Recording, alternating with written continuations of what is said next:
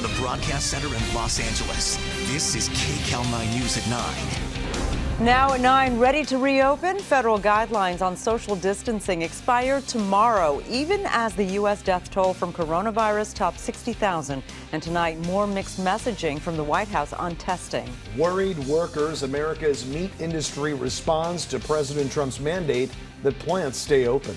Strange symptoms from frostbitten toes to loss of taste and smell, and now rare complications for some children diagnosed with COVID-19. But we begin Kcal 9 News at 9 with breaking news. Kcal 9 has learned that California Governor Gavin Newsom will order all California beaches to close beginning this Friday.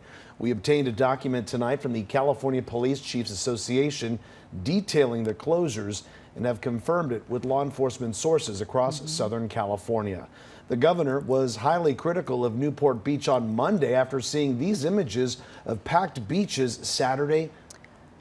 That's right. The Newport Beach City Council voted to keep them open despite the governor's pushback, claiming people did respect social distancing. But tonight we have learned that he will order every beach from the Mexican to the Oregon border closed and will expect police across the state to enforce it. The governor is expected to announce the order tomorrow. We have a call into the governor's office tonight, but so far have not heard anything back. So we'll keep you posted on that one, right? Welcome to Kcal 9 News at 9 and streaming on CBSN Los Angeles. I'm Juan Fernandez. And I'm Sharon Tay. Tonight, the White House is moving forward with steps to open up America. But most states don't even meet the criteria suggested by President Trump's coronavirus task force. The U.S. death toll is now more than 60,000, a number that some experts predicted wouldn't reach until closer to August.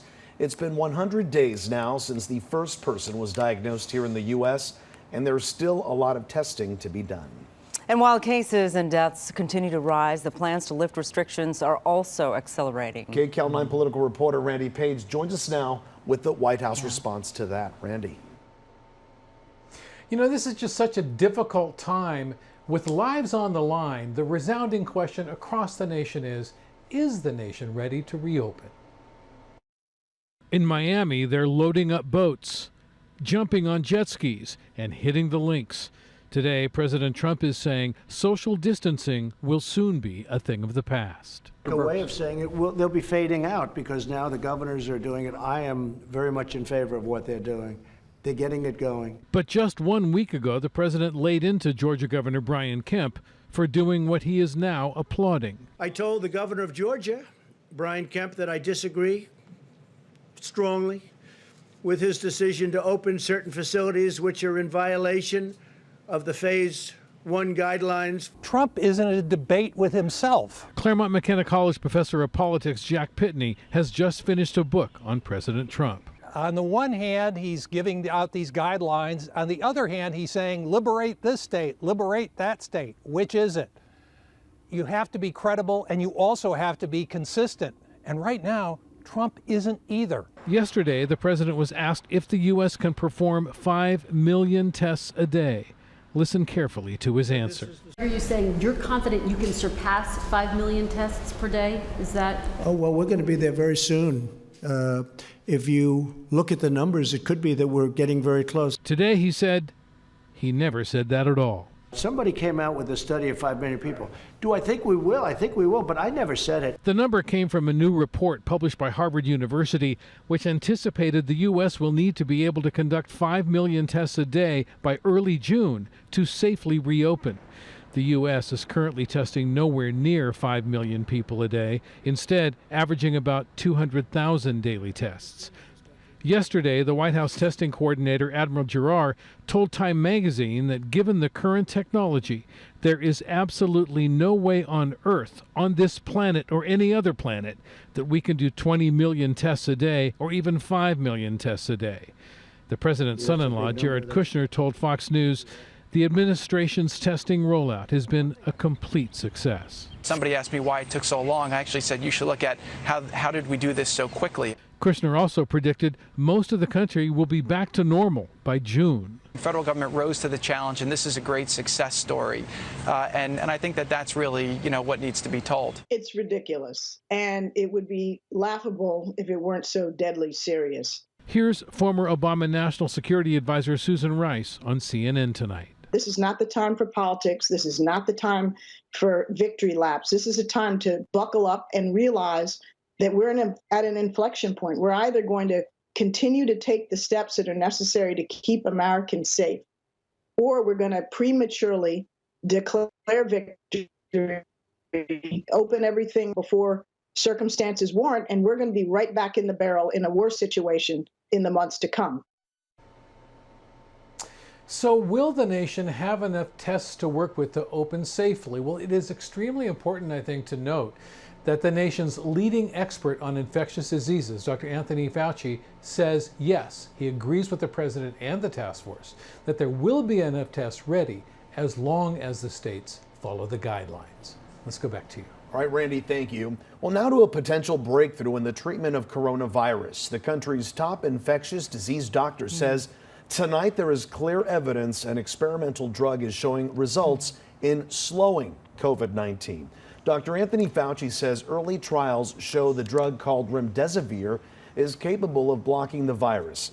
Fauci said the drug shortens hospital stays for coronavirus patients and lowers the death rate. The findings were so significant the clinical trial was interrupted so other COVID-19 patients involved could be offered the drug as well.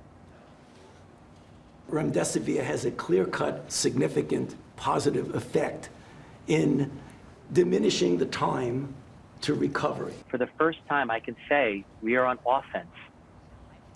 A smaller Chinese study published in the medical journal The Lancet today was less conclusive about remdesivir's overall benefit, but did confirm faster recovery in patients who received treatment early. While it is by no means a cure, tonight there are indications the FDA is moving to authorize emergency use of the drug in some situations. In the meantime, encouraging news on remdesivir helped to boost Wall Street today. The Dow gained just over 2% today, putting it on track for its biggest monthly gain since 1987. President Trump's executive order to keep meat plants operating could be putting workers at risk. More than 20 facilities have shut down due to workers getting sick from coronavirus, but now those plants have been ordered to stay open. Dean Reynolds has the latest. Well, local experts say we are well into the recovery mode in the battle against the pandemic, but they say if we don't continue to follow recommendations, a second surge is sure to hit. Health officials say our numbers are now stable. That means the county could soon slowly move into recovery, but with caution. Otherwise, cases could spike. Nothing really changes in terms of the basics here, which is keep our distance, do a lot of good infection disease control. We must continue to ensure that we are physically distancing as much as possible at the same time that we're working to get people back to work and restarting the economy. Plans are in the works to ease some restrictions, but social distancing will stay in place. A rare but serious complication for some kids fighting COVID-19. Important information for parents still ahead. And many Americans still waiting on their stimulus checks. And now we're finding out some were sent to dead people. How the Trump administration is responding tonight. And hundreds of people shoulder to shoulder and many not wearing masks. A large funeral in the middle of the pandemic. But there's more to the story that's sparking outrage tonight. Live from the Broadcast Center in Los Angeles, this is Kcal 9 News at 9. Now at 9, breaking point, an eruption of anger over stay-at-home orders. With federal guidelines on social distancing expiring tonight, the focus turns to reopening America, and every state is taking a different approach. Operation Warp Speed. The Trump administration races to have millions of coronavirus vaccines ready by the end of the year. And changing the shopping experience, how one retailer plans to safely reopen stores starting next week. Welcome to Kcal 9 News at 9 and streaming on CBSN Los Angeles. I'm Juan Fernandez. And I'm Sharon Tay. As we come on air tonight, federal social distancing guidelines are expiring, and President Trump says there are no plans to reinstate the orders. Instead, the White House is turning its focus to reopening America. Several states have begun to loosen restrictions, while others are extending theirs. The issue of getting back to work reaching a breaking point for some as the economic crisis becomes the most devastating since the Great Depression. Tonight, more than 1 in 6 American workers is out of a job. More than 3.8 million applied for unemployment benefits last week, bringing the total to more than 30 million since mid-March. And tonight, the number of U.S. cases of coronavirus has climbed to more than 1,069,000. The death toll is approaching 63,000. Kcal 9 political reporter Randy Page is live now with the growing divide in the country over reopening. Randy. Hi, Juan. In fact, we have to emphasize that we have just passed what could be a major moment in the history of the nation's battle against the coronavirus. At 12 midnight Eastern time, that is 9 o'clock our time, so just a couple of minutes ago, the federal government guidelines, social distancing guidelines, officially expired. They're dusting off the shelves in beauty parlors in Maine tonight, waving signs and carrying guns in Michigan. Our rights are being stepped upon. As America's response to the coronavirus takes a dramatic turn. From this moment forward, there will no longer be any federal stay-at-home guidelines in place. From here on in, it will be up to the governors to call the shots. And some are saying it's like going back to the Wild West. But in this case, the West isn't so wild after all. This map, updated today by the New York Times, shows states in yellow where stay-at-home orders will remain in place, while states highlighted in green are lifting stay-at-home orders or opening up businesses with restrictions either tomorrow or within a week. And if you're wondering if the governor's party affiliation is any indicator, watch this. States in red have Republican governors. Those in blue are Democrats. In fact, California seems to be going in the opposite direction. After Governor Gavin Newsom saw these images of packed beaches in Orange County over the weekend, the governor announced he's shutting down the beaches in Orange County, at least for now. My job as governor is to keep you safe.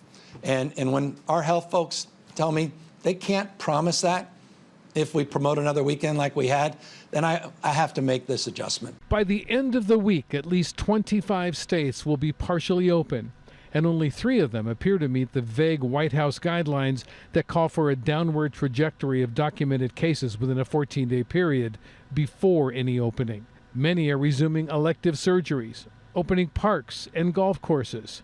Stores and restaurants are adopting new safety measures, and the White House is reviewing a new draft guidance on reopening from the CDC, recommending schools place desks at least 6 feet apart, move lunch to the classroom, and avoid assemblies. Faith-based organizations should also limit large gatherings. Restaurants should avoid salad bars and buffets and also use disposable plates, utensils, and menus. Even with the issuing of this new guidance, I worry about reopening and next steps being much more motivated by political agendas. And the nation's leading expert on infectious diseases, Dr. Anthony Fauci, continues to warn as the nation relaxes its social distancing guidelines, the virus will inevitably take advantage of the opening. When you pull back, there will be cases. In Washington headlines tonight, the Director of National Intelligence released a statement about the origin of the coronavirus, concluding it was not man-made or genetically altered. But the intelligence community will continue to rigorously examine emerging information and intelligence to determine whether the outbreak began through contact with infected animals or if it was the result of an accident at a laboratory in Wuhan. The question is, have you seen anything at this point that gives you a high degree of confidence that the Wuhan Institute of Virology was the origin of this virus? Yes, I have. Yes, I have. But late tonight, the Washington Post is reporting that so far there is no direct evidence that this virus did somehow manage to escape from a Wuhan laboratory. In fact, the Post is reporting most scientists agree that the evidence so far points to more natural animal to human transmission. Let's go back to you. Randy, thank you. Now to the economy, where today the administration acknowledged there haven't been job numbers this bad since the Great Depression. And as Mark Strassman reports, many are still waiting for help. Everything's bigger in Texas, including despair. Outside Dallas, this food line was miles long. In 6 weeks, Texans have filed more than 1.5 million unemployment claims. Food and shelter now daunt millions of jobless Americans. In Atlanta, Marquise Rhodes can't pay his family's rent for the second straight month. Being out of work, it hurts. You can't pay your simplest bills. Phone bill, light bill. As a Lyft driver, he's scratching out $100 a week. And Rhodes can't figure out whether Georgia's overwhelmed system has accepted his unemployment claim. Leslie Bulovac can relate. She's an unemployed hairdresser in Los Angeles. It's been 7 weeks since I've worked, 7 weeks since I've seen any money. Florida eclipsed California last week as America's leader in new jobless claims. But 2/3 of Floridians still wait for the state to process their claims. More than 60 million Americans still wait for their federal stimulus checks, up to $1,200, including Marvin Spartley. He's a laid-off cook in Philadelphia, down to his last $600. If the money ran out, I have no way to provide for my family because she really needs her health care. His daughter Christina has sickle cell anemia. They're worried their Medicaid health insurance could get cut. An estimated 12.7 million Americans likely have lost employee health insurance in this crisis. I would definitely say people are overwhelmed and desperate. Glenda Rica Garcia works for Mile High United Way in Denver. Calls have spiked 400% since the crisis began. They don't even know what they need. There's just so much that they need. Marquise Rhodes needed to know when his family could be evicted. We're all struggling with this situation, and everybody's asking the same question: when will it end? The Atlanta Legal Aid Society told Rhodes he can't be evicted until August. His other problem? He has less than $100 in savings. Mark Strassman, Atlanta. Well, in Washington, President Trump and top health officials are optimistic that a vaccine could be ready by the end of this year. Weijia Jiang is at the White House tonight with more on the president's Operation Warp Speed.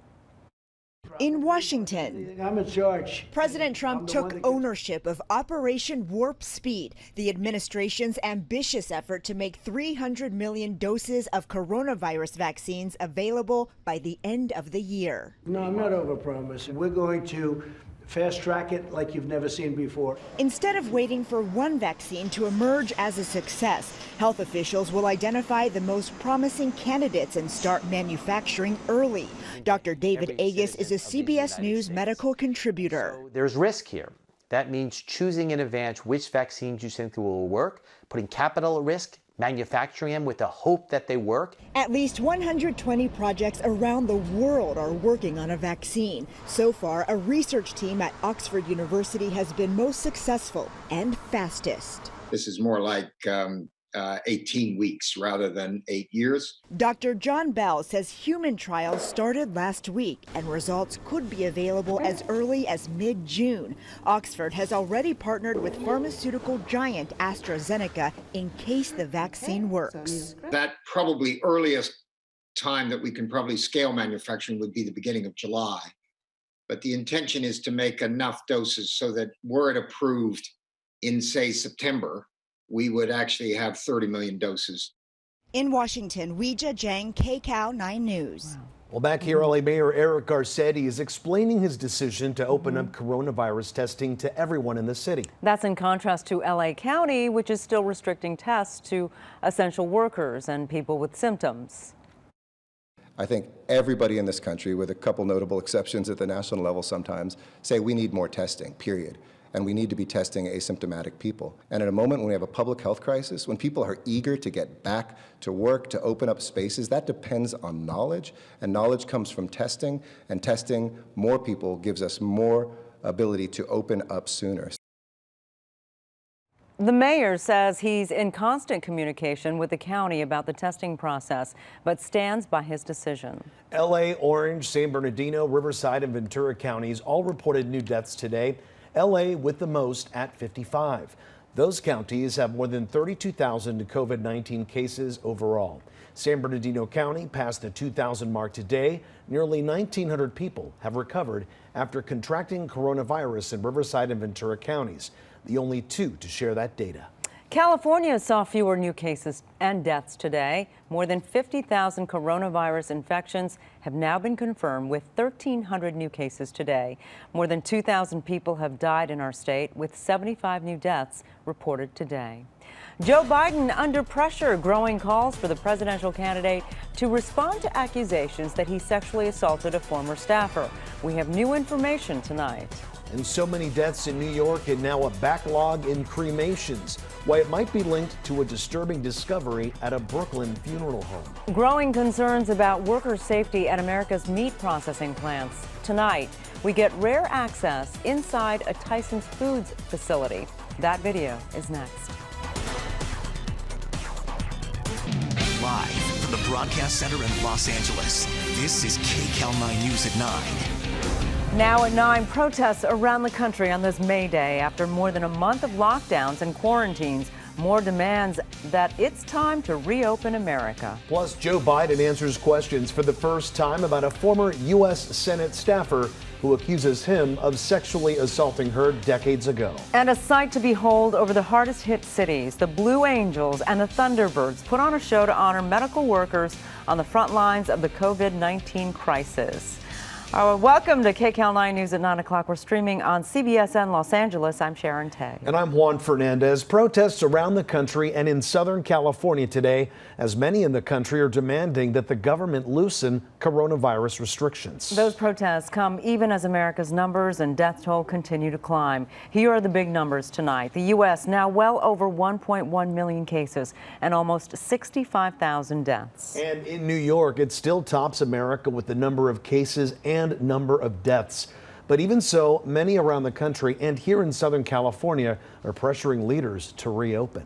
Kcal 9's Randy Page joins us live, as always, to bring us home the facts on this Friday evening. Randy. Well, Juan, Sharon, as we know all too well in Los Angeles, May Day is often a day of protests. And as you mentioned, this year was no exception. They're protesting from the air and on the ground in Huntington Beach on this May Day Friday. Move back! In Sacramento, there were some arrests. Stop supporting a tyrant, a coward! While Governor Gavin Newsom provided grim numbers. 91 people lost their lives in the last 24 hours. To support his decision to keep some beaches closed and social distancing rules in place. In Dover, Delaware, they carried rifles and American flags as they walked up the state capitol steps. Open up Delaware. Really, that's all we want. The virus is hurting more than ever in some parts of the country. Maryland and Virginia today reported their highest one-day increases in cases. Texas opened retail and restaurants, like Houston's Common Bond, at 25% capacity today, even though the state experienced its single-day record in virus deaths. Stores may be open. They're also mostly empty. More than 30 states have now loosened restrictions, but only 3 meet the requirements in the president's guidelines, which spell out states must have a steady decrease in new cases for at least 14 days before they can begin to reopen. So the concern that I have is that there are some states, some cities or what have you, who are looking at that and kind of leapfrogging over the first checkpoint.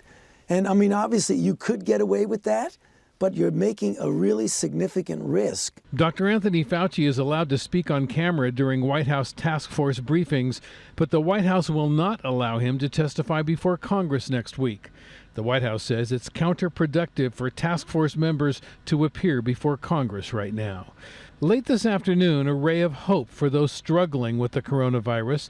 The FDA, using its emergency use power, approved the experimental antiviral drug remdesivir to be prescribed by doctors who were treating COVID-19 patients. An NIH study showed it could reduce recovery time. The drug's manufacturer is donating 1.5 million doses as early as Monday. An important treatment for hospitalized coronavirus patients. And it's something, I spoke with Dr. Khan and Dr. Fauci. I spoke with Deborah about it, and it's really a very promising situation. And while nurses across the nation demonstrated today for more safety equipment while wearing homemade masks, a national tribute to them could be seen in the sky. The Navy Blue Angels and Air Force Thunderbirds joined together in flyovers through big cities across the nation, in tribute to healthcare workers and first responders who are risking their lives to save others. A sight for sore eyes. A salute from a grateful nation. And on this Friday, we thought it would be nice to leave you with those images after a very long and difficult week. Let's go back to you. All right, Randy, indeed. Well, beaches will remain closed in Surf City this weekend. A judge has denied the city of Huntington Beach's request to block Governor Newsom's beach ban. The Constitution is not conditional. Open it up right now. Hundreds of people took to the streets protesting both businesses and beaches being closed.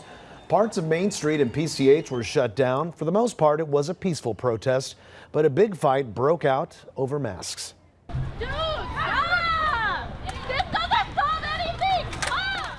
There was an argument about should you have a mask on, should you not? There were people throwing eggs, and then the situation escalated. Huntington Beach's city attorney says they aren't giving up the fight. Dana Point and Newport Beach are also challenging that ban. A judge has set a hearing for May 11th to hear the complaint. Our businesses. And in downtown Los Angeles, May Day protesters demanded that the state allow businesses to reopen. Police in riot gear were briefly involved in a confrontation when counter-protesters moved in, but the protests were largely peaceful overall. Science, not ignorance.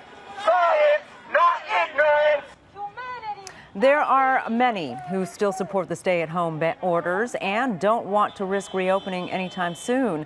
And they held their own counter-rally in downtown LA today. Members of RefuseFascism.org marched from Grand Central Market to City Hall, and police had to step in several times to split up the two sides. Well, in California, new cases and deaths were reported tonight. We jumped another 1,600 cases to push the state past 52,000. The death toll stands at more than 2,100, according to the LA Times tracker. Well, on this May Day, Governor Newsom took time to recognize our frontline workers during the pandemic. But he also acknowledged those eager to get back to work and even modified his previous goal of weeks, not months, before that happens. Just know that I'm looking forward next week to be making, I think, some very constructive announcements in this space. I don't want to overpromise, but I just want to assure you that if we can hold the line and continue to do good work and just avoid the temptation to get back and congregate with people in ways where we can see an increase in the spread, we'll get there much sooner than many people perhaps think. The governor said we are just days away from making some big changes to the stay-at-home order. Those changes are expected for people in the retail and hospitality businesses, including restaurants. But he also warned that the state could set back its major progress in fighting the outbreak if people don't follow his social distancing orders. Well, a huge protest outside the state capitol building today led to several arrests of people calling for an end to stay-at-home orders. The group Reopen California and the lockdown organized the protest. The CHP stopped approving permits after the previous protest saw people ignoring social distancing guidelines.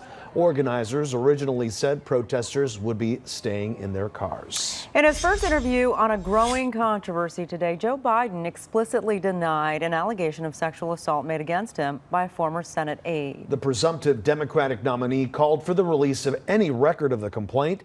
Here's Kcal 9's Ed O'Keefe. In his first public remarks since the allegations surfaced 37 days ago, Joe Biden explicitly denied the assault. I'm saying unequivocally, it never happened. And it didn't. It never happened. Tara Reid, who was a 28-year-old staffer in Biden's Senate office back in 1993, says he assaulted her in a Capitol Hill hallway.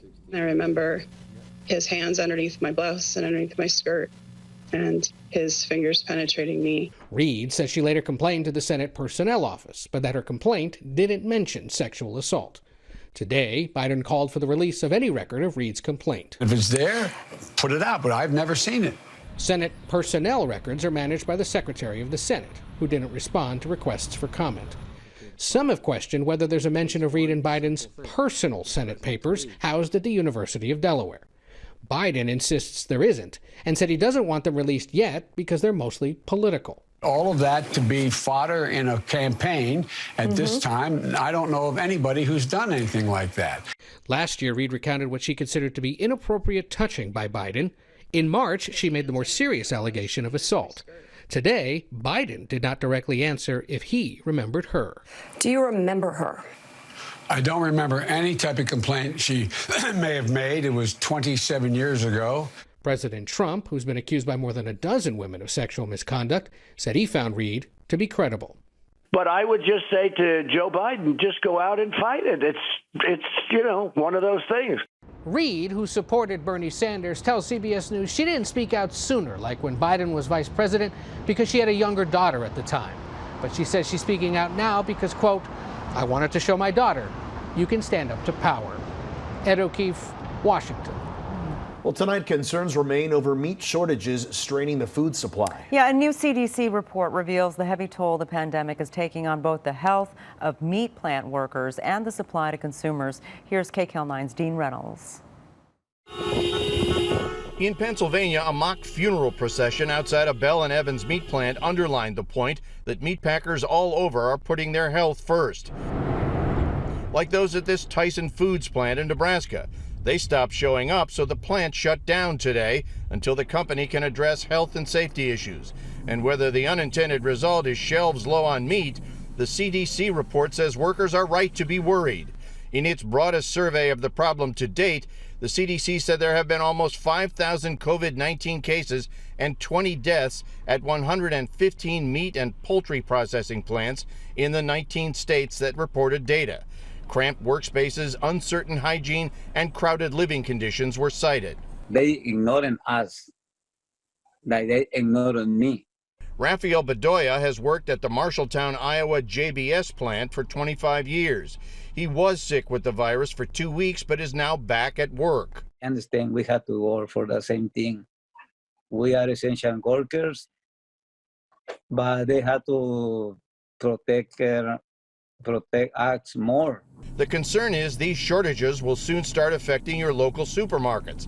Already there are signs of low supplies in grocery stores in Michigan and New Jersey. The problem is aggravated by uncertainty. This processing plant behind me was closed last week, and nobody knows for sure when it will reopen. Dean Reynolds, Kcal 9 News.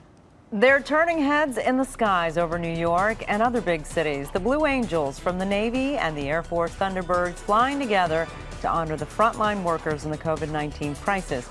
That's all ahead at 9. California leaders say the state has gotten shortchanged by the Fed's coronavirus relief bills. We'll examine why next at 9. And one country that rejected calls to quarantine or even close down businesses, and tonight has only a fraction of the world's COVID-19 death toll. The story from Sweden coming up later today. Live from the Broadcast Center in Los Angeles, this is Kcal 9 News at 9.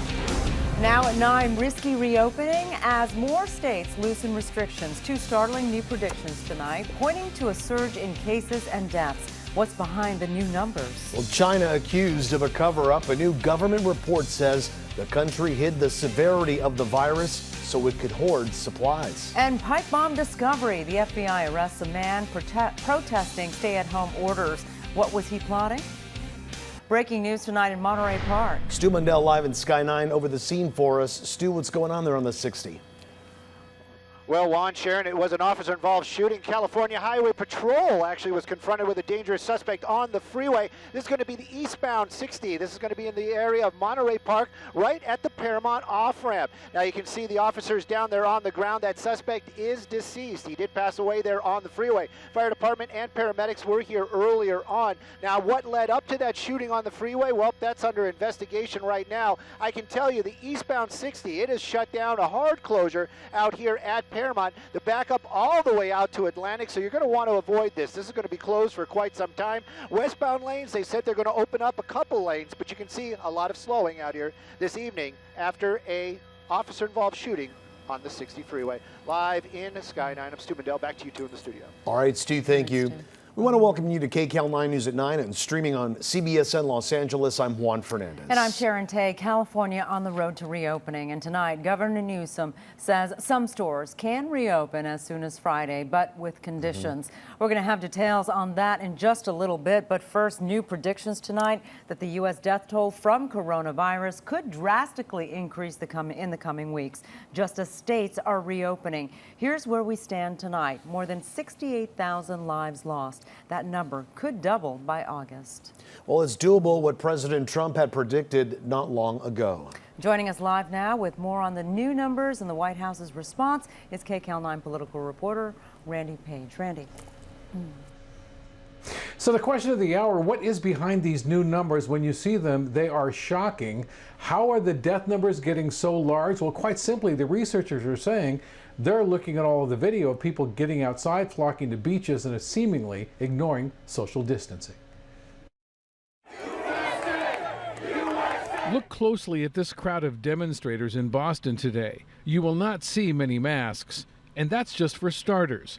Across the nation, people are jumping back in. 6-foot social distancing rules nowhere in sight. All this at a time the number of deaths from coronavirus continue to rise at an exponential rate. On March 4th, there were 11 confirmed deaths from the coronavirus. April 4th, 8,175 deaths. And today, the latest total, 68,442 dead. There are new projections that make these numbers look small. One model just out tonight is nearly doubling its estimate from 72,000 to 135,000 deaths by August 4th. The director of the institute at the University of Washington that made this projection, Dr. Christopher Murray, told CNN the change in numbers are a reflection of America's change in attitude about staying home. We had previously assumed that the mandates were going to stay in place to the end of May. That was going to bring transmission really down to a very low level. Now that, people are out and active, states are taking off the mandates, we're seeing a very different story. In fact, today, restaurants can reopen in Nebraska, bars in Montana, offices in Colorado. Some social distancing restrictions will stay in place, but by the end of this week, more than 40 states will be partially back open for business. While we've been staying indoors, we have been slowing down the spread. But what we haven't done is gotten rid of the virus. In Miami Beach today, they had to close the popular South Point Park again after police issued 7,300 warnings to people not wearing masks. A New York police officer was put on modified duty after this violent takedown of a man during a crackdown on social distancing. An Austin man was arrested for pushing a park ranger into the water after the ranger was asking people to distance themselves. In Colorado, authorities say these pipe bombs were found inside the home of a 53-year-old demonstrator who, according to CBS News, encouraged other demonstrators to bring firearms to a May Day rally. And in Chicago, 2 large parties were shut down. At one, hundreds were dancing in the street. It's devastatingly worrisome to me personally, because if they go home and infect their grandmother or their grandfather who has a comorbid condition and they have a serious or an unfortunate outcome, they will feel guilty for the rest of our lives. And the New York Times reports a new set of projections provided to FEMA by researchers shows daily deaths in the U.S. nearly doubling to 3,000 every day by June 1st. And cases skyrocketing to 200,000 per day. The White House says its own models don't show that, but the president is now admitting to a much higher death toll. We're going to lose anywhere from 75, 80 to 100,000 people. President Trump's calculus has changed several times in the past month. It's looking like it's heading to 50,000 or more deaths. It looks like we'll be at about a 60,000 mark. We're probably heading to 60,000, 70,000. Under fire for his handling of the virus response, the president is now frequently pinning the blame on China for not containing it early on. They knew they had a problem. I think they were embarrassed by the problem. The president is now threatening China with more tariffs. Let's go back to you. Randy, thank you. Back here, Governor Newsom said businesses could start reopening under strict conditions as early as Friday. But as Kcal 9's Dave Lopez tells us tonight, local health officials and county supervisors will be key to making that happen. Entering the 8th week of living under restrictions that we never dreamed we'd have to endure, today, the governor said this. We are entering into the next phase this week, end of the week, with modifications. The guidelines for phase 1, the reopening roadmap report card, have been met, according to the governor. The stabilization of hospitals, not being overwhelmed, plenty of inventory, surge capacity can be met, plenty of testing abilities, contact tracing capacity, and all the public health guidelines have all been met. And now, phase 2, as early as Friday. That means lower risk workplaces can reopen to some extent. Expanded retail stores, more curbside pickup, and the manufacturing and supply that goes along with those businesses. In more detail, that means bookstores, clothing stores, florists, just in time for Mother's Day, and sporting goods stores. All of this with modifications for social distancing, and other guidelines will be spelled out more on Thursday. It has to be done in a very thoughtful and judicious way.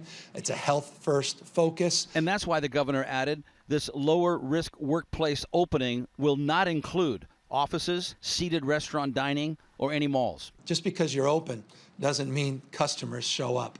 And I just want to remind people, you don't open your economy without customers that are willing, feel confident and safe that their health needs are met. You know, wherever it's possible to safely reopen, we'll be doing so as quickly as possible. Dr. Ferrer's reaction when asked if LA County will open up for business with the new restrictions this Friday. Outside, after today's briefing, she was a little more specific with me. I don't know that LA will do the same thing on Friday. Discussions are going on now about whether to go along with the governor's plan and reopen somewhat on Friday. When will that be decided? I would say by Wednesday. I would say by Wednesday. We just, you know, again, we just heard, just like you did, of what the plans are. The governor made it clear that each county has a right to ease into these lighter restrictions at their own pace. Is Los Angeles County ready? We could know by Wednesday. From downtown Los Angeles, Dave Lopez, Kcal 9 News.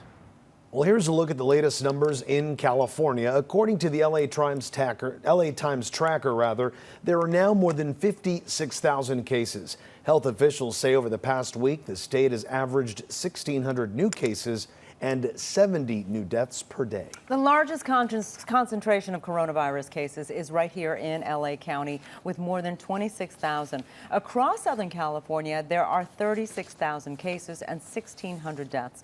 2,300 people have recovered in Ventura and Riverside counties. They are the only counties to report that data. LA Mayor Eric Garcetti says the city is adding hundreds more hotel rooms to house homeless people with COVID-19. Tonight, I can announce that the city has secured a large hotel downtown, in the heart of downtown, delivering more than 460 new rooms, which increases our total to more than 3,000 hotel and motel rooms as part of Project Roomkey. And it's also expected to bring more than 100 people back to work. The mayor encouraged other hotel owners to contact the city if they want to join Project Roomkey. Garcetti also announced a new drive to help struggling restaurants by paying them to make meals for seniors in need. Restaurants that are interested can go to coronavirus.lacity.org/senior meals. Garcetti also expanded his testing order for nursing homes and other skilled care facilities. They will now have to notify residents and the public about when mandatory coronavirus testing is available. Another small step towards getting back to normal today in San Clemente. People got to walk on the beach for the first time since it was closed by coronavirus. The city's beaches are back open with approval from Governor Newsom, but similar to the rules in Ventura County, visitors have to be active, so no sunbathing.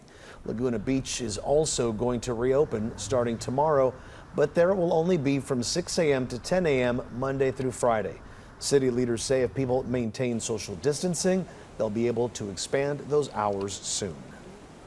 It's one step at a time, you know, that's what they're looking to do. We'll take it. You know, it's just such a privilege to be down here and enjoy, you know, being on the beach, being able to run on the beach. I'm so excited. I can't wait to get down there and walk on the sand. San Clemente's Pier will also reopen tomorrow, but its parking lots will be closed. Beaches are also still closed in Dana Point, Huntington Beach, and Newport Beach, despite lawsuits trying to reopen them. Taking a live look at downtown LA tonight, beautiful. The warm temperatures making it hard for people to stay inside. Kcal 9 meteorologist Evelyn Taft joins us now to tell us if it's going to get hotter. That's right. She joins us now with a look at the current conditions and what we can expect later this week, Ev. I have. Hi guys, Juan, Sharon, and indeed it is going to get hotter, and we'll show you exactly how hot in just a little bit here. But as we get a look at current temperatures outside, we are in the 60s and the 70s this evening. So it is a very warm night across Southern California. Earlier today we got up to 83 degrees in downtown, so we were still very much above average for this time of year, not quite close to record numbers. Again, temperatures in the 60s and 70s this evening. As we get a look at wind conditions, offshore conditions will continue to be a factor, and we're looking at heat watches and heat advisories kicking in later this week, lasting through the end of the week. We're going to show you exactly how hot we're expecting it to get. That's in just a bit, so don't go away. Juan, Sharon, back to you. All right, Ev, thanks. Coming up, a major retailer files for bankruptcy while others fight to stay alive. What will the new normal look like at the local mall? We'll show you what's already happening in some cities. Plus, the global race for a cure. Researchers all over the world working faster than ever to find a vaccine for coronavirus. But is this safe? The cruise industry trying to make a comeback. One company reveals plans to return to the sea. Live from the Broadcast Center in Los Angeles, this is Kcal 9 News at 9. How many deaths and how much suffering are you willing to accept? Now at 9, lives at stake. Cases of coronavirus climbing tonight as states loosen restrictions, plus President Trump traveling again. His visit to a mask-making factory. Can you notice what's missing there? Questions about California's roadmap to reopening. The big concerns tonight as the state gets ready to loosen restrictions on Friday. And a mystery illness affecting kids. Is it connected to COVID-19? The new warnings from the New York City Health Department. Hello, everyone. Welcome to Kcal 9 News at 9 and streaming on CBSN Los Angeles. I'm Juan Fernandez. And I'm Sharon Tay. Sacrificing lives to get the economy back up and running. Tonight, coronavirus cases are still growing in much of the country. And despite the risks, the Trump administration has made it clear it's time to enter a new phase. Here's where the numbers stand tonight. There are now more than 20,000 new confirmed cases of coronavirus every day in the U.S. 1.2 million total since the outbreak began, and more than 71,000 lives lost. And now the White House is preparing for a major shift in the U.S. response to the virus. And Kcal 9 political reporter Randy Page is live now with those details. Randy? You know, that really is the headline tonight. There are clear signs that the White House is making a very clear shift from health to the economy. And the question is the nation ready? This is the first time President Trump has climbed on board Air Force One in nearly 2 months, as he publicly ends his own stay-at-home order and flies to a campaign-style visit at a mask factory in Arizona, where he did not wear a mask, and the music in the background, Guns N' Roses' version of Live and Let Die. Today, the president confirmed that the White House coronavirus task force, headed by Vice President Pence, will likely be disbanded by the end of the month, and the almost daily briefings by health experts will be over. But we're now looking at a little bit of a different form, and that form is safety and opening, and we'll have a different group probably set up for that. This apparent changing of the guard from public health to financial health was announced on a day demonstrators in North Carolina called the pandemic a scam. While confirmed coronavirus cases continue to rise in the United States, with nearly 23,000 new cases confirmed today alone. Where 24 states saw new cases increase last week compared to the week before, and only 2 of those states have not eased their restrictions. The nation's leading infectious disease expert, Dr. Anthony Fauci, said it all boils down to a simple but profound question. Like, how many deaths and how much suffering are you willing to accept? CNN chief medical correspondent and neurosurgeon Dr. Sanjay Gupta says the regular updates from the White House briefing room from medical experts will be missed. It doesn't make sense. I hope people realize that.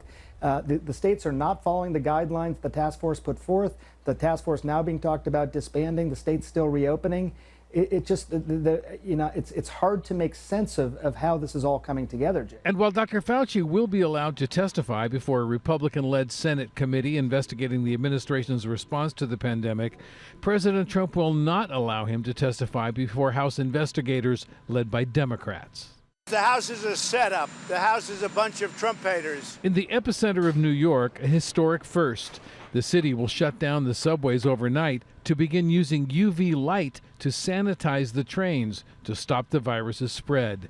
And grim reminders of the deadly toll, deaths in nursing homes increased, now topping more than 4,800. All it takes is one person to bring that virus in there.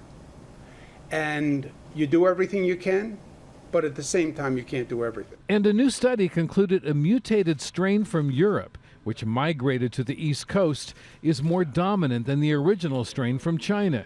Scientists from the National Lab in Los Alamos say the new mutation is more contagious, creates more of the virus inside the body, and can reinfect COVID-19 survivors. But there are signs of hope.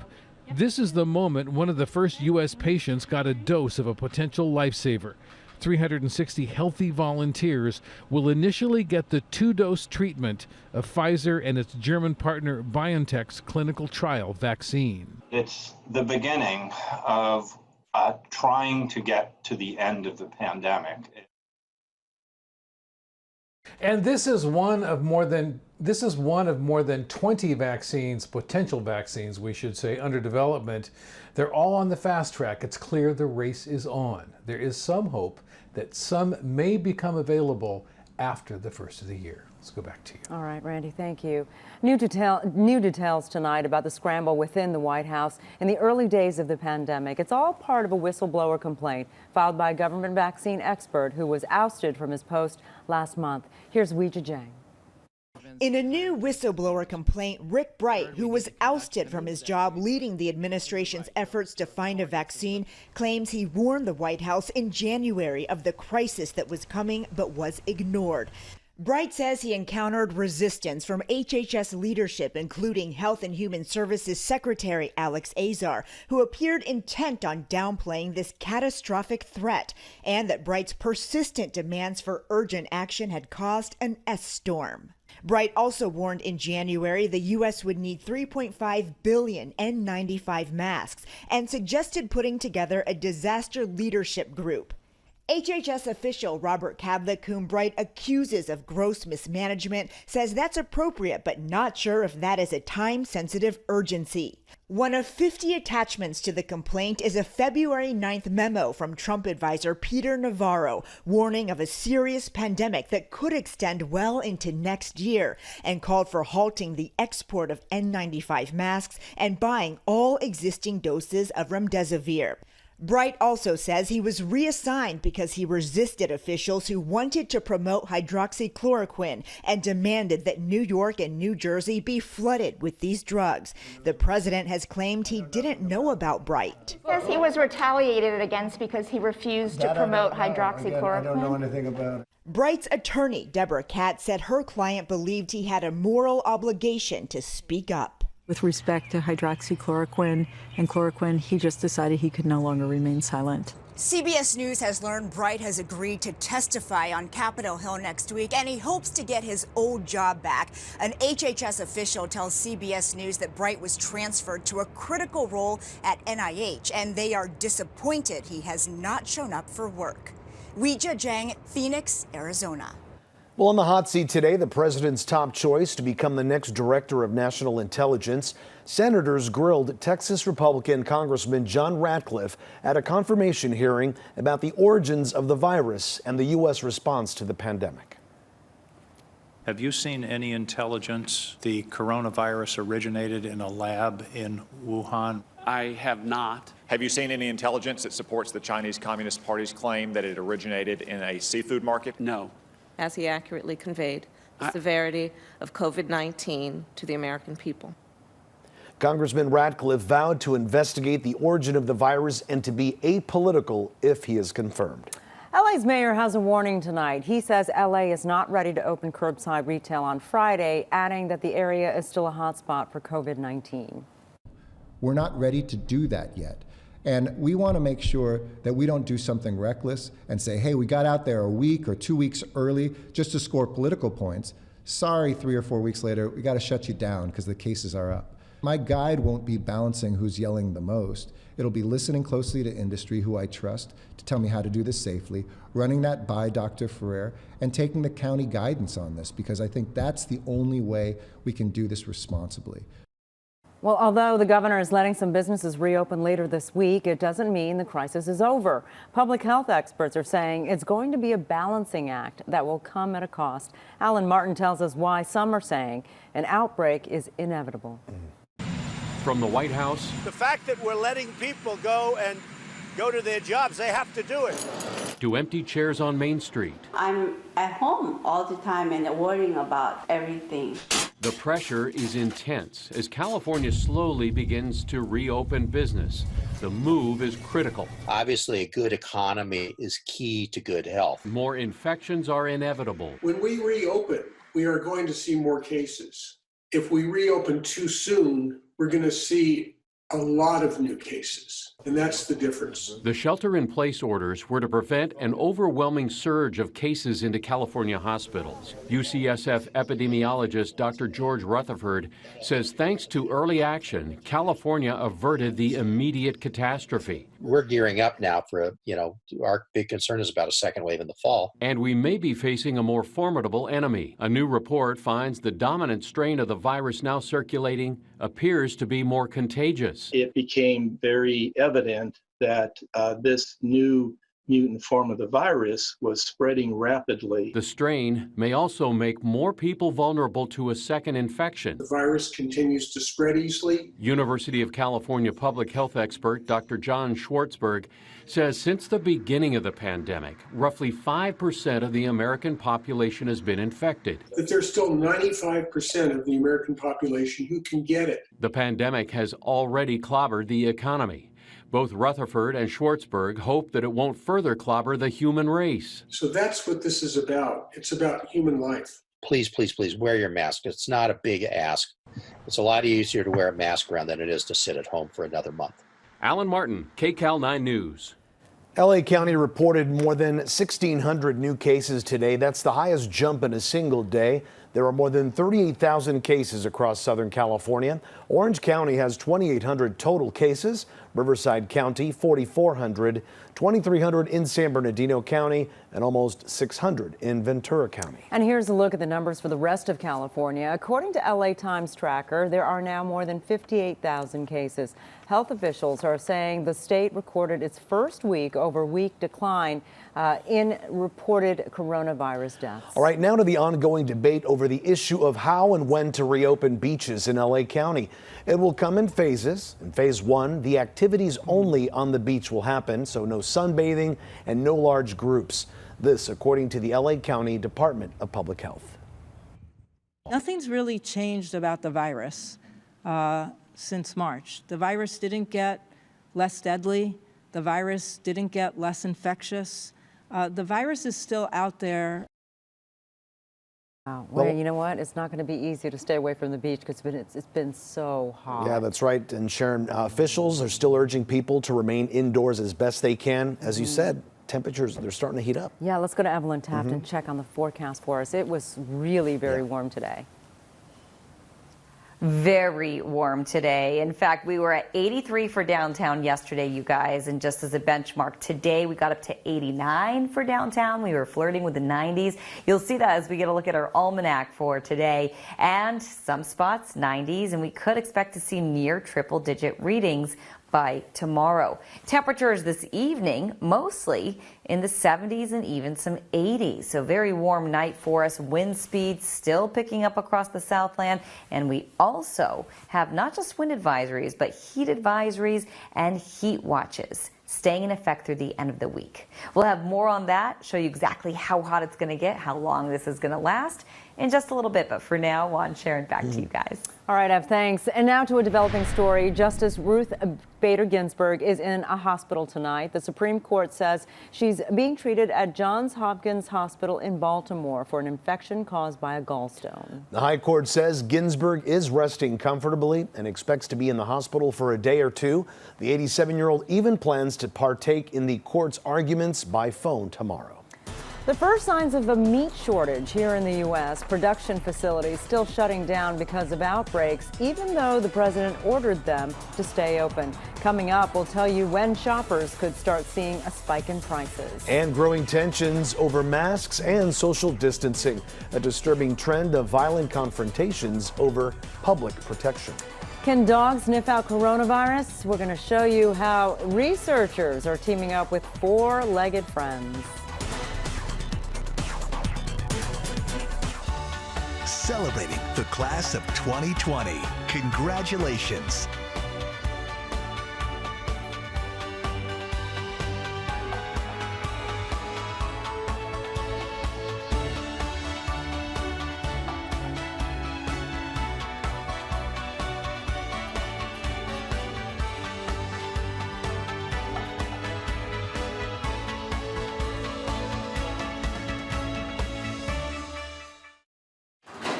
When your garage door breaks, you feel vulnerable. As an approved essential business, Precision Door will remain open, even during the shelter-in-place order here in California. We're your neighbor, and we're going to get through this together. Precision Door Service, a name you can trust. Some companies still have HR stuck between employees and their data, entering data, changing data, more and more sensitive personal data. And it doesn't just drag HR down, it drags the entire business down with inefficiency, errors, and waste. It's ridiculous. So ridiculous. With Paycom, employees enter and manage their own data in a single, easy-to-use software. Visit paycom.com and schedule your demo today. We know how important it is to have a safe, reliable vehicle right now, so Toyota is here to help. For your peace of mind, many Toyota service centers are open, and many may offer flexible delivery. Contact your local dealer to see how they can help. Toyota. Hey, Todd, what you got there? The 3 hot dogs we're offering for our World of Wieners event. There's the hearty Cuban dog, the zesty German dog, and the savory Aussie dog. They all look great. Hey, how do we decide on those countries? Science. That was close, bud. Come on, we just need one more. Australia! We did it! Travel the globe during Wiener Schnitzel's World of Wieners event. Speed Freaks game. Speed Freaks stream. Speed Freaks dance. How they want, when they want, for as long as they want. Speed Freaks have 500 meg internet for just $39.99 a month, plus taxes and fees, and no annual commitment. Frontier, let us guide the Speed Freak in you. What made Steve say, and you win? Imagine Steve Harvey is single. Tell me why he should take you on a date. I would show you a good time.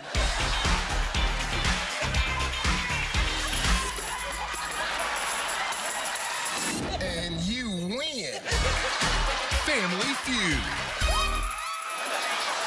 Family Feud, weeknights at 6 and 7 on Kcal 9.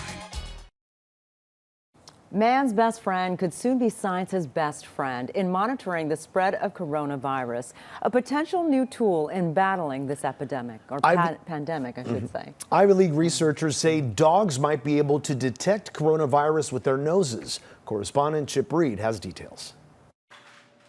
This is Miss M. She's searching for a particular scent, and she knows that when she finds it, she can scurry off for a treat. Good girl. She and Pancho are 2 of 8 Labrador retrievers working with the University of Pennsylvania's School of Veterinary Medicine, where researchers hope to show that dogs can sniff out COVID-19. Girl! This is not a pie-in-the-sky idea because dogs have sniffed out diseases before. Absolutely. Dr. Cynthia Otto is the director of Penn Vet's Working Dog Center. The They've done it with ovarian cancer. They do it with a lot of other diseases. So we're pretty confident that they can do it. Diabetic alert dogs can even sniff out blood sugar levels before they become dangerous. We also know that viruses have their own special signature, and dogs can recognize a virus in culture. If the dogs can successfully detect the coronavirus in someone with or without symptoms, the first dogs could be at hospitals, airports, and train stations within about 6 months. What is so special about dogs' noses that they can do this? Oh, dogs' noses are so amazing. I often use the phrase that dogs smell in color. So we think about the way we see the world with our eyes. Dogs see the world through their nose. Noses that might soon be protecting us from COVID-19. Chip Reed, Washington. Live from the Broadcast Center in Los Angeles, this is Kcal 9 News at 9. Now at 9, the showdown over ending the shutdown. The SWAT team is called out as people defy orders, the risks people are taking while coronavirus cases climb in several states. The number of children suffering from a mystery illness in New York quadruples overnight. What has doctors so concerned? And a big challenge in the race to find a coronavirus vaccine, the one thing that could make the wait even longer. Welcome to Kcal 9 News at 9 and streaming on CBS in Los Angeles. I'm Juan Fernandez. And I'm Sharon Tay. Coronavirus showing no signs of slowing. And tonight, infections are rising in more than 24 states as much of the country loosens restrictions. The U.S. added more than 23,000 cases in just the last 24 hours. The death toll now stands at more than 73,000. Today, the former CDC director testified on Capitol Hill, saying he expects that number to reach 100,000 by month's end. Well, President Trump says Americans should see themselves as warriors, acknowledging more lives will be lost, but how many will be sacrificed? Kcal 9 political reporter Randy Page joins us now with more. Randy? Today in front of a House subcommittee, Dr. Caitlin Rivers is a senior scholar at Johns Hopkins, was asked how many of the states, in your opinion, have met all the necessary parameters to begin easing restrictions. Her answer? None. At the same time, tension in Texas. A SWAT team rounds up demonstrators in Odessa after a local tavern opened up in defiance of the governor's stay-at-home orders for bars, while at the same time, Texans flock to beaches, ignoring social distancing orders, and not a mask in sight. This in a state where last week the number of new COVID-19 cases increased by more than 40% every 3 days. And Texas is not alone. At least 28 states saw new cases rise at alarming rates last week. Minnesota's cases have increased more than 130% every 3 days. Tennessee increased 97%, Ohio nearly 50%. The virus is going to exploit it. When we are not social distancing, the virus goes right there. At a House committee hearing today, former CDC head Tom Frieden warned there is much more heartbreak to come. As bad as this has been, it's just the beginning. COVID-19 clusters at meat plants are at near crisis levels. Nearly 11,000 infections and at least 45 deaths. Closing plants across the country, and according to a new economic study, you can expect 20% spikes in meat prices compared to last year. And large COVID-19 outbreaks in meat processing plants in small towns in the Midwest are raising alarms. Many of the small hospitals in these rural communities don't have many, if any, ICU beds. And what's more, many areas have very few hospitals to begin with. In New York, an urgent statewide warning to hospitals. Be on the lookout for an alarming mystery illness in children, possibly linked to COVID-19. The number of children diagnosed with the potentially COVID-related inflammation has increased from 15 to at least 64 in the past few days. The inflammation is so severe, some have had to be sent to the ICU. While most of the infected children have surfaced in New York, a handful of cases have turned up in a few other states, including California. And while doctors are on the lookout for sick children, today, President Trump continued to urge governors to reopen their states, including their schools. I would like to see schools open wherever possible, which I think is in much of the country, most of the country. While at the same time, the president seemed to acknowledge getting America back to work could cause more deaths. Will the nation just have to accept the idea that by reopening There will be more cases, there will be more So I deaths. call these people warriors, and I'm actually calling now, as you know, John, the nation warriors. You have to be warriors. We can't keep our country closed down for years, and we have to do something. The White House wants to focus less on the rising number of deaths and more on the economy, a move criticized by Democrats. The administration has responsibilities that are critical, and again, life and death, and they are failing the test. CBS News is reporting that last week, as President Trump said, he's provided states with everything they need. So the testing and the masks and all of the things, we've solved every problem. His own health and emergency management officials were privately warning states of shortages of those very things. Some inside the White House are criticizing an effort led by Jared Kushner, the president's son-in-law, to find critical medical supplies. A whistleblower complaint by a member of his team says they had little success because the team was filled with inexperienced volunteers. Now, I don't know anything about any of the details of it, but it was a well-oiled machine. And you may recall yesterday the president said he was strongly considering disbanding the coronavirus task force by the end of the month. Well, today he has changed his mind. The president says the task force will remain active indefinitely, and the reason? He said it was much more popular than he ever imagined. Let's go back to you. All right, Randy, thank you. And now look at the numbers here in California. According to the LA Times tracker, 1,800 new coronavirus cases were reported today, bringing the total to more than 60,000 here in California. Over 2,400 people have died. Now a look at Southern California. LA County reported 850 new cases. Orange County, 130 new cases. 2,000 people have recovered in Riverside County. More than 400 have recovered in Ventura County. They are the only two counties, by the way, who report those numbers. LA County is taking its first steps to ease stay-at-home orders, but with plenty of precautions. Tonight, Kcal 9's Dave Lopez explains what reopening and the safety measures are being taken.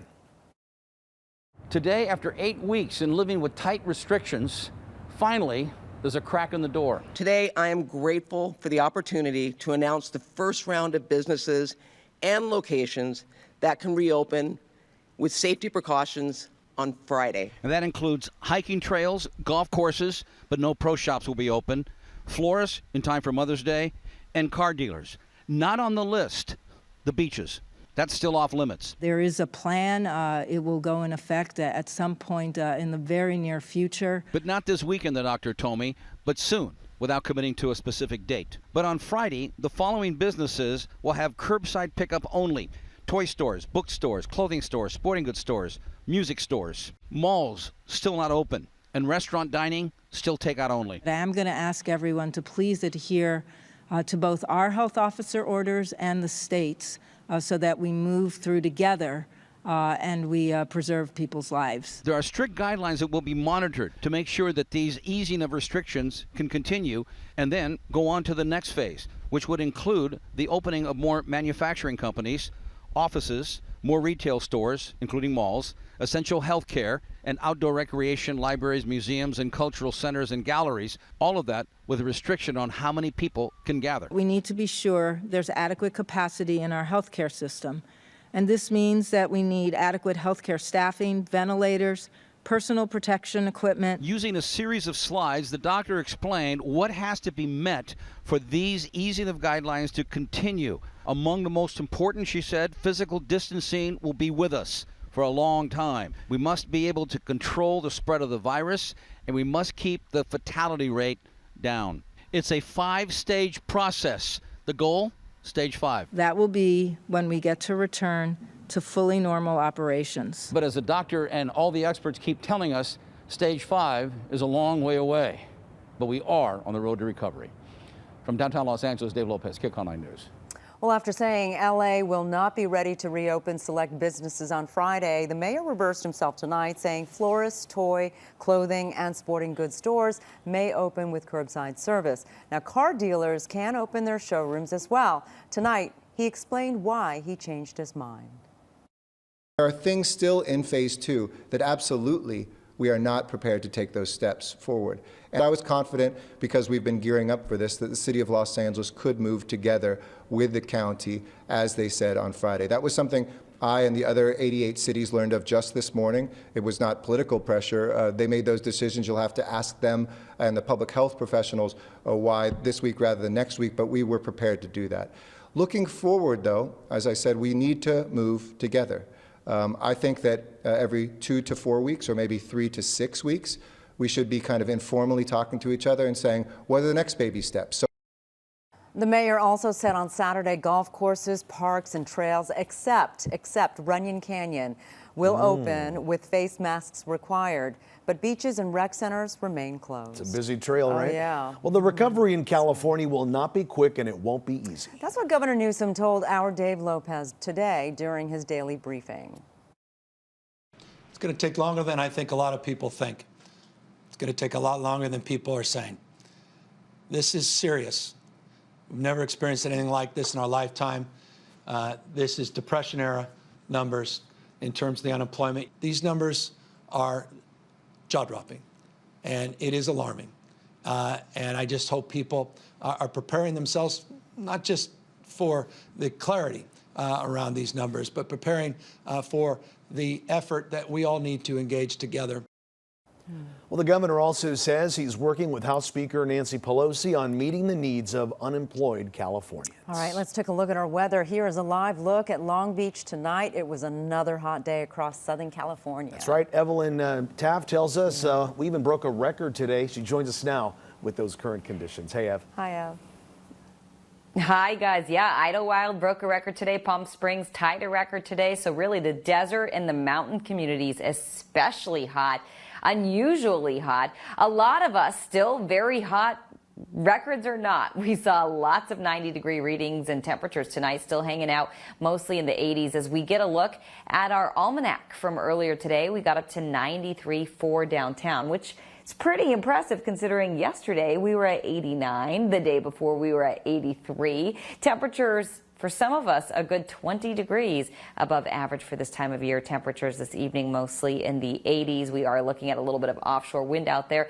And we are also looking at watches and warnings. Wind advisories remaining, actually not remaining with us, but heat advisories and excessive heat warnings still part of the equation. We'll have a look at the full equation, show you exactly what's going to happen later in the week. That's coming up in just a bit. For now, back to you. Evelyn, thank you. Now to developing news out of Venezuela, where 2 men believed to be Americans are under arrest for allegedly trying to stage a coup there. This is video reportedly to be the 2 identified as Aaron Berry and Luke Denman in custody with several others. Venezuelan President Nicolás Maduro says Denman confessed to being hired by a Florida-based company to train rebel troops. That company's CEO confirmed they were part of an operation to infiltrate the country. U.S. Secretary of State Mike Pompeo says the U.S. government has nothing to do with it. Maduro says the 2 men will be tried in civil courts. Tonight, Supreme Court Justice Ruth Bader Ginsburg is out of a Baltimore hospital and back home. The 87-year-old underwent treatment for a benign gallbladder condition. Ginsburg was still in the hospital this morning when she and her fellow justices heard oral arguments over the phone in a case about a woman's right to birth control. They're considering whether the Trump administration went too far in 2017 with a rule change allowing more employers to deny their workers free contraceptive coverage for religious reasons or moral objections. Not everybody who seeks the protection from coverage has those same objections. The Affordable Care Act requires most employer health insurance plans cover birth control at no cost. Now, currently, groups that object to birth control coverage on religious grounds can opt out of paying, and the insurance company or government will step in to pay. Next at 9, a testy exchange between President Trump and a nurse he was honoring at the White House today. The online classes aren't the same as in-person classes. A growing number of college students now demanding refunds. Why they say online classes aren't cutting it. And in campaign 2020, could there be a Biden-Obama ticket? How Democrats feel about the former First Lady running as VP.